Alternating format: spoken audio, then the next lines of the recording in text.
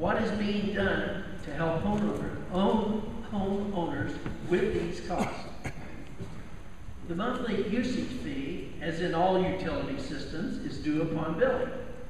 We're working on several ways to finance abutment and installation costs.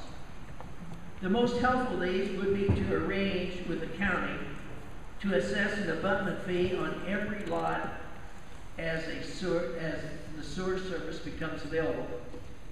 The utility may not assess vacant lots by law, but the county can do this in their assessment process.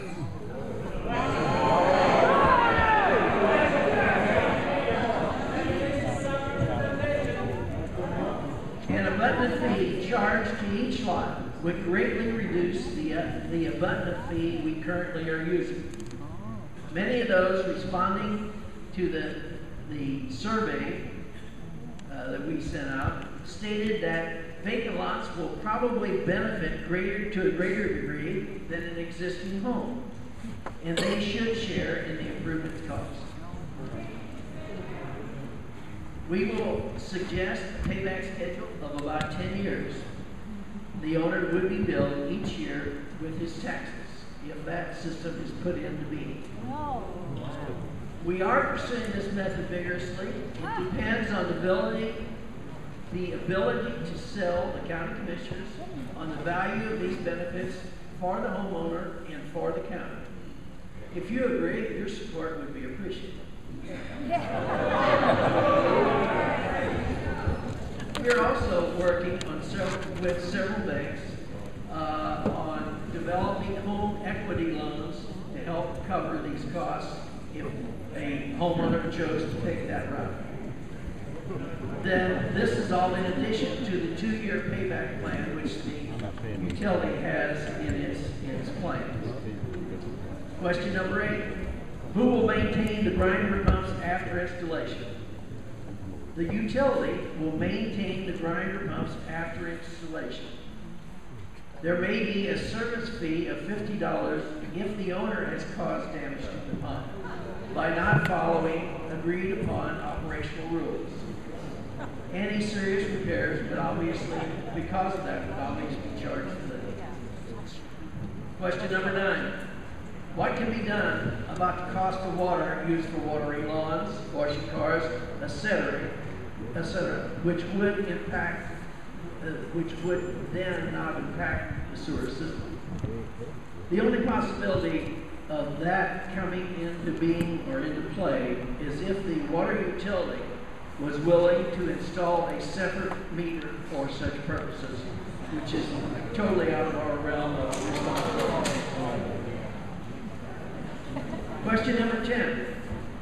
Does Fairfield Glade require every homeowner to connect to their sewer line? No. And how much is their installation fee?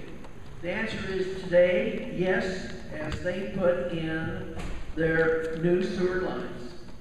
They require all homes on that sewer line to connect. Their installation hookup fee to their low pressure system is $8,800 per house.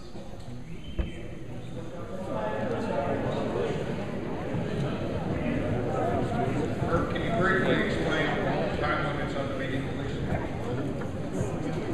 The time constraints on this meeting are predicated on the fact that we're asked to begin vacating the premises by about 8 o'clock. It's not a hard and fast rule, but it's now 7 o'clock. We have a little bit of time left to go. So you are ready for questions into the floor? All right. What I would ask is, first off, remember, I'm not involved in this issue, so do not walk up and hit me, slap me, kick me. I have a wife to do that. Thank you very much. If you would come up to me, please, if you have a question, I'd like to have it addressed on the microphone so that the entire audience can hear it. So in an orderly fashion, form a line here, and I'll remember.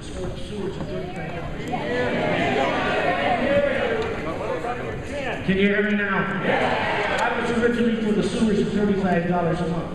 Now, I was told $50 a month plus $15 for every 1,000 gallons over 2,500.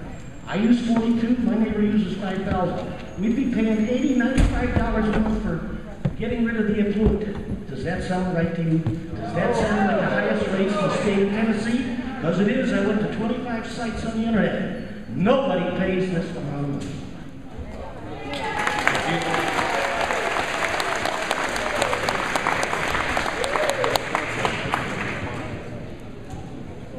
What was your question again? I get the gist of his question. The gist of his question is how other communities and other sewer systems can create their rate structures. Now, most municipalities that have water and sewer systems, they can hold their sewer rates down by subsidizing, much like we in the POA, they subsidize some of their amenities through water fees and through general funds through taxation. We can't do that. So anytime you go out on a website and find an amount for sewer, it's any lower than our amount, you can be sure that it is a subsidized fee. Give you an example. Over in Nashville, a gentleman that owns property here said that he only pays $10 a month for his sewer. But he didn't say what kind of sewer utility was providing that. Now, $10 a month is almost ridiculous to be able to consider that that covers all of their costs. The costs are subsidized by water fees and general fund from the agency that is that the utility is controlled by. Thank you. I'm going to ask each of you to step up as close to me as possible, one at a time. And I'm going to ask you to hold the microphone very close to your face, much like I'm doing. If you do not, they cannot hear you. And if you turn away from the mic, they can't hear you either. So identify yourself, please, and your question. I'm Lori Roberts, and my question is, I understand the fees involve also the repayment of loans and bonds. Now, after the loans and bonds are repaid, will our fees be reduced?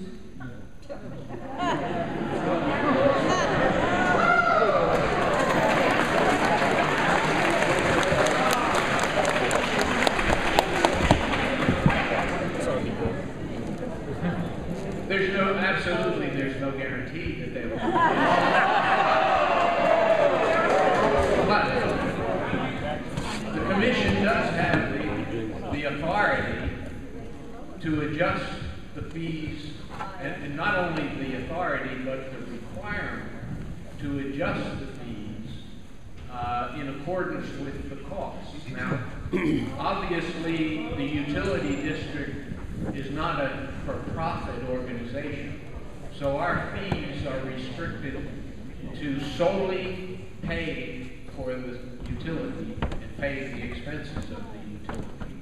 So there could be a possibility that the costs would reduce.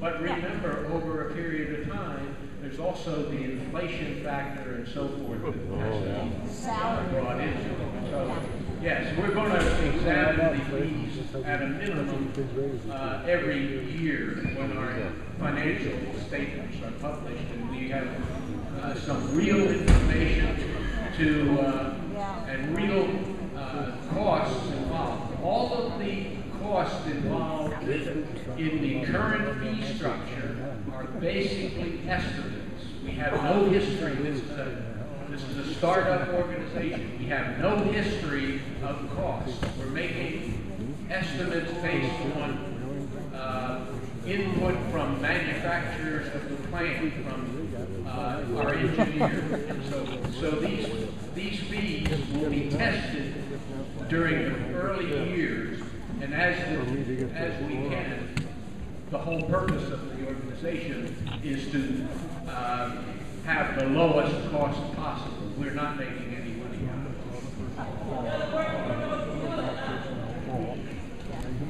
Me?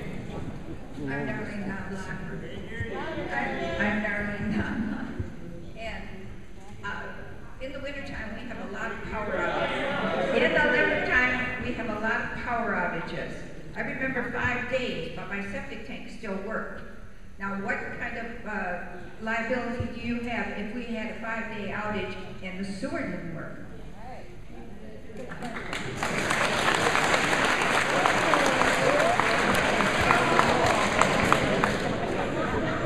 That's a good question, Marty. I appreciate it.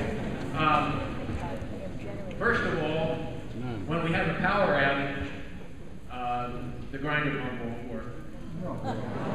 But the grinder pump has a built-in reserve chamber that it'll last. It could last for several days unless you start flushing your toilet every hour. But in reality, the utility company ultimately will have portable generators. That's what our plan is, to offset those who have power outages that don't have the capacity to live through it. On the other side of the coin, BEC, the utility plan is #1 priority with BEC. They will get us back online immediately, and then once we can process the sewerage, then we can start extracting it from the local community. It would take a pretty large disaster to shut us all down at one time. If that happens, that's a large disaster. Gina Stenstrom. I'm just wondering what happens to the sewer department if none of us, 700 people that don't want the sewer, don't pay you?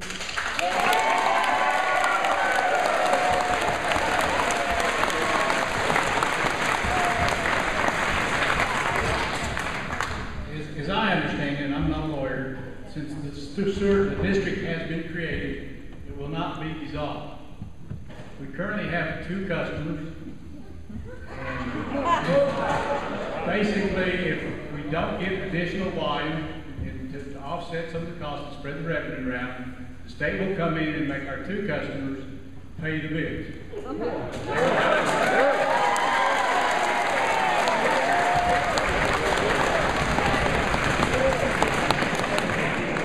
As an additive to that, there's a lot of things that can happen to the district.